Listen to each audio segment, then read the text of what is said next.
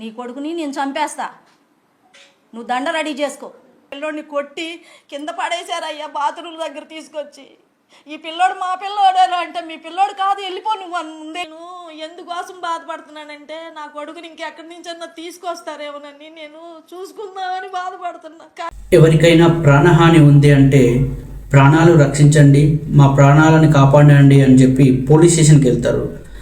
అదే పోలీసులు ప్రాణాలు తీస్తే రక్షకులే భక్షకులయ్యారు, రక్షక భటులు రాక్షసంగా మారారు. Hi guys, welcome to Arun vlogs.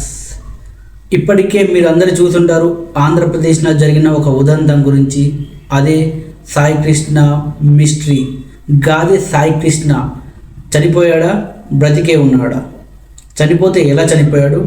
Police lockup death చేశారా లేకపోతే ఏంటి? ఇప్పటికీ ఇంకా ఒక సస్పెన్స్ అయి ఉంది. చాలామంది అయితే ఒక కన్క్లూజన్కి వచ్చారు, చనిపోయే ఉంటాడు, పోలీసులు చంపేసే ఉంటారని చెప్పి ఒక కన్క్లూజన్కి అయితే వచ్చారు చాలామంది. కాకపోతే ఇప్పటికైతే అఫీషియల్గా ఎలాంటి సమాచారం రాలేదు బ్రతికున్నాడా చనిపోయాడని చెప్పి. కాకపోతే అందరూ కూడా బిలీవ్ చేస్తుంది ఏంటంటే హిజ్ డెడ్ అని. కేసు గురించి మాట్లాడుకుందాం, అసలు ఏం జరిగింది, పాయింట్ టు పాయింట్ ఎవరెవరు ఏం వర్షన్ చెప్పారు అంతా క్లియర్గా మాట్లాడుకుందాం.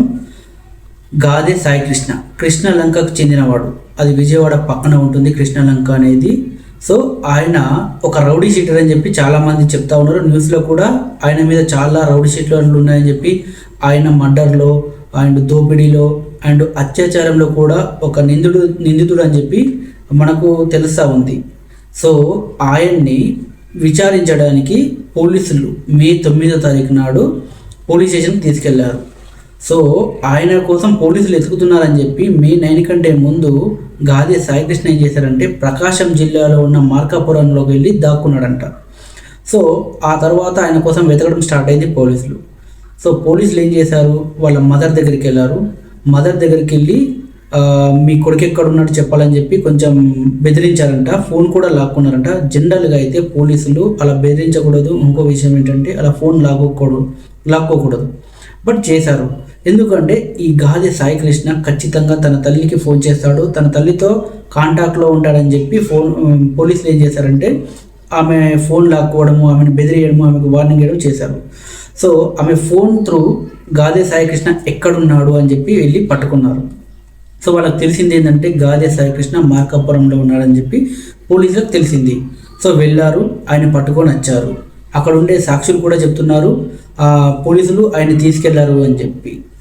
సో మే 9వ తారీఖు నాడు మన కృష్ణలంక పోలీస్ స్టేషన్కు గాదె సాయి కృష్ణని తీసుకొని వచ్చారు. అక్కడి నుంచి తర్వాత తన తల్లికి అండ్ సాయి కృష్ణకు కాంటాక్ట్ అనేది ఇంకా లేకుండా పోయింది. సో ప్రతిరోజు ఆ తల్లి వెళ్ళి అడగడం, మా కొడుకును మీరు అరెస్ట్ చేశారా, చేస్తే ఒకసారి చూపించండి అని చెప్పి. వాళ్ళు ఏం చెప్పారంటే మాకు సంబంధం లేదు, మాకు తెలియదు అని చెప్పి చెప్పారంట స్టార్టింగ్లో. ప్రతిరోజు వెళ్ళేదంట, ప్రతిరోజు అడిగేదంట. కానీ పోలీసులు అరెస్ట్ చేసినా కానీ లాకప్లో ఉంచినా కానీ రోజు 3rd డిగ్రీ పేరు మీద టార్చర్ చేస్తున్నా కానీ బయటకైతే చెప్పలేదంట, మాకు తెలియదు అన్నట్టు చెప్పారంట.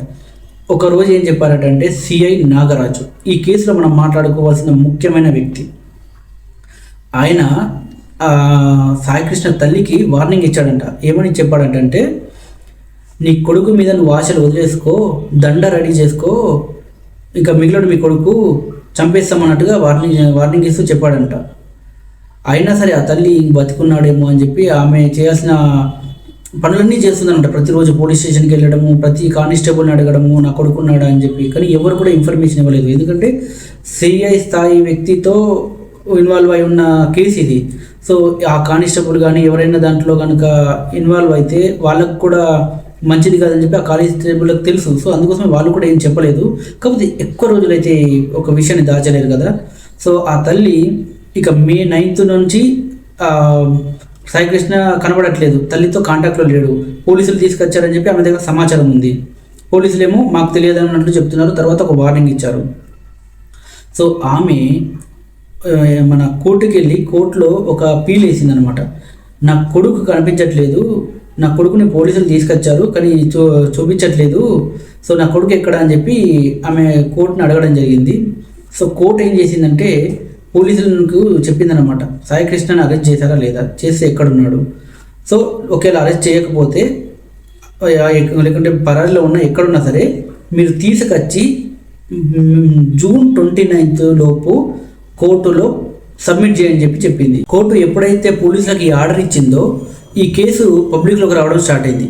అలాగే సాయికృష్ణ తల్లి కూడా పబ్లిక్లోకి వచ్చారు. ఆమె మీడియా ముందట వేడుకున్నారు, నా కొడుకు ఉంటే నాకు చూపించండి, చనిపోతే కనీసం ఆ అస్థికలైనా నాకు ఇవ్వండి, ఆ బూడిదైనా నాకు ఇవ్వండి అని చెప్పి ఆమె బోరున ఏడ్చింది. ఆ కన్నీళ్లు చూశాక ఒక్కొక్కరుగా ఆమెకు సపోర్ట్గా రావడం స్టార్ట్ అయింది. అది పొలిటికల్ పార్టీస్ కావచ్చు, లేదంటే వ్యక్తులు కావచ్చు, చాలా మంది ఆమెకు సపోర్ట్గా వచ్చారు, ఆమె కోసం అండగా నిలబడ్డారు.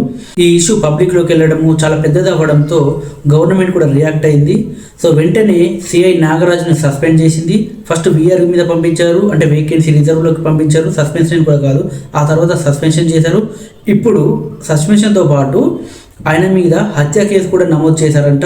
ఈ కేసు గురించి చెప్తున్నప్పుడు చాలామంది అబ్బాయిది ఆ క్యాస్ట్ ఈ క్యాస్ట్ అని చెప్పి చెప్తా ఉన్నారు.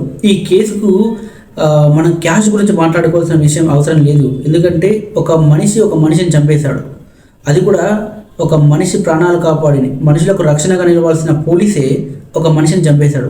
అఫ్కోర్స్ ఇది రౌడీ షీటర్ అనుకోండి, రౌడీ షీటర్ అని చెప్తున్నారు. రౌడీ షీటర్ అయినా సరే పోలీసులకు చంపే అధికారం లేదు. కోర్టు మాత్రమే ఏ శిక్ష వేయాలని చెప్పి నిర్ణయిస్తుంది. వాదోపవాదనాలన్నీ పూర్తయిన తర్వాత, కేసు మొత్తం అబ్జర్వ్ చేసిన తర్వాత ఫైనల్గా ఒక జడ్జిమెంట్ ఇస్తుంది కోర్టు. సో కోర్టు చేయాల్సిన పని పోలీసులే చేసేసారు, చంపేశారు. ఆయన రౌడీ షీటర్ అయినా సరే, ఎన్ని కేసులు ఉన్నా సరే ఆయనను ముందు అరెస్ట్ చేసి, కనీసం మామూలుగా ఎవరైనా మే 9వ తారీఖు నాడు అరెస్ట్ చేశారు. మే 9వ తారీఖు నాడు అరెస్ట్ చేస్తే జనరల్గా అయితే 24 hours 48 hours, లేదు హాలిడేస్ ఉన్నాయి, ఒక 3 days 4 days తర్వాత కోర్టులో హాజరుపరచాలి కదా, హాజరుపరచలేదు. సో ఆ అరెస్ట్ చేసిన సాయికృష్ణని ప్రతిరోజు టార్చర్ చేయడం, ప్రతిరోజు 3rd degree ఉపయోగించడము, గోట్లు పీకేశారంట. మొత్తం ఎంత రకాలుగా చిత్రహింసలు పెట్టాలో అన్ని చిత్రహింసలు పెట్టి చంపేశారని చెప్పి చెప్తా ఉన్నారు. చూడాలి మరి ఇవి ఎంక్వైరీలో ఏం తెలుస్తుంది, మరి చంపేశారా లేదా, చంపితే ఇంత దారుణంగా చంపేశారా అనేది ఎంక్వైరీలో తెలుస్తుంది. గవర్నమెంట్ ఇంకా ఈ ఇష్యూ ఎప్పుడైతే పెద్దదైందో చాలా యాక్టివ్గానే రియాక్ట్ అయిందని చెప్పాలి ఆంధ్రప్రదేశ్ గవర్నమెంట్ కూడా. సో వాళ్ళు రియాక్ట్ అయ్యి సిఐని సస్పెండ్ చేయడంతో పాటు ఒక స్పెషల్ టీంను కూడా ఏర్పాటు చేశారు. ఏదైతే స్పెషల్ టీం ఫామ్ అయిందో వాళ్ళు ఎంక్వైరీ చేస్తారు, ఏం జరిగింది అనేది ప్రతిదీ క్షుణ్ణంగా పరిశీలించి కంపల్సరీ రిపోర్ట్ ఇస్తారు కోర్టుకు.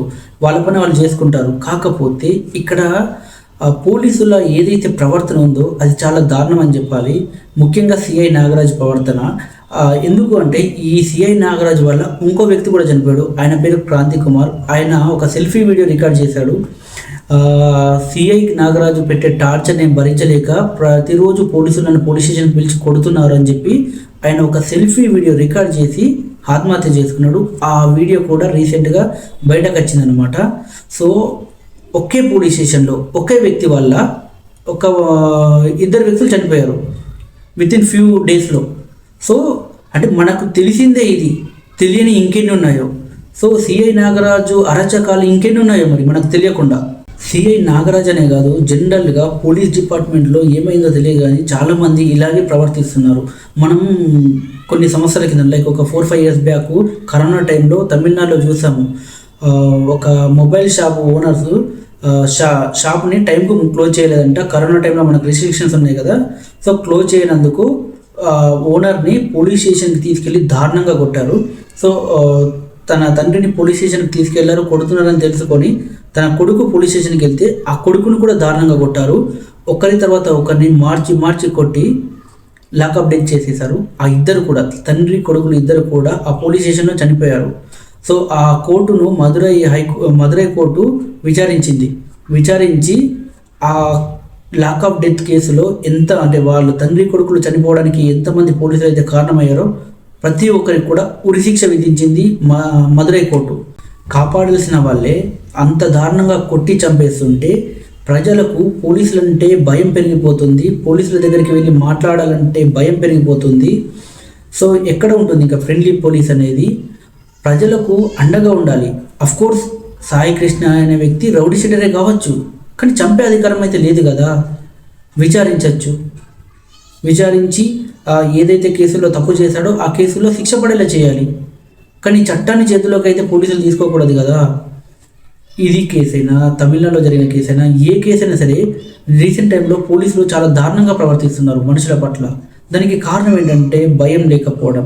మేము ఏం చేసినా సరే మాకేం కాదు, మమ్మల్ని ఎవ్వరు ఏం చేయలేరు, ఒక్కసారి పోలీస్ డిపార్ట్మెంట్లోకి వస్తే మేమేం చేసినా సరే మమ్మల్ని ఎవరు కూడా టచ్ చేయలేరు అనే ఒక కాన్ఫిడెన్స్ పోలీసులో చాలా మందిలో కనబడుతూ ఉంటుంది. అందుకోసమే మీరు చూడండి, చిన్న చిన్న విషయాల్లో కూడా బూతులు తిడుతూ ఉంటారు పోలీసులు జనాల్ని, ఏదైనా విషయంలో కొడుతూ ఉంటారు. దానికి కారణం ఏంటంటే ఈ ప్రభుత్వాలు కానీ కోర్టులు కానీ చాలా కఠినంగా వాళ్ళ పట్ల వివరించకపోవడమే. ఏం చేసినా మాకేం కాదు, మా ఉద్యోగం అయితే పోదు కదా, మా అంటే ఒక కొన్ని రోజులు సస్పెండ్ చేస్తారు, 6 నెలలు సస్పెండ్ చేస్తారు, లేదంటే వేకెన్సీ రిజర్వ్లోకి పంపుతారు అనే ఒక కాన్ఫిడెన్స్ అలా ఉంది. పోలీస్ డిపార్ట్మెంట్కే కాదు, ఆల్మోస్ట్ ప్రతి గవర్నమెంట్ ఆఫీసర్కి ఇదే ఉంటుంది.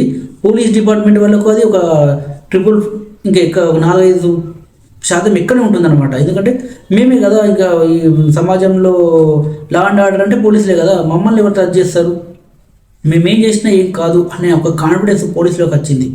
అది ఏ రాష్ట్రమైనా కానీ, తమిళనాడు, తెలంగాణ, ఆంధ్రప్రదేశ్, అది నార్త్ ఇండియా ఎక్కడైనా సరే పోలీసుల ప్రవర్తన ఇలాగే ఉంది. ఇక సాయికృష్ణ కేసు విషయానికి వస్తే, సాయికృష్ణ గారి కుటుంబాన్ని జగన్ గారు కలవడం జరిగింది, వాళ్ళకు ఒక భరోసా ఇవ్వడం జరిగింది, అండగా ఉంటామని చెప్పారు. అలాగే ఈరోజు ఆంధ్రప్రదేశ్ ముఖ్యమంత్రి నారా చంద్రబాబు నాయుడు గారు కూడా కలవడం జరిగింది.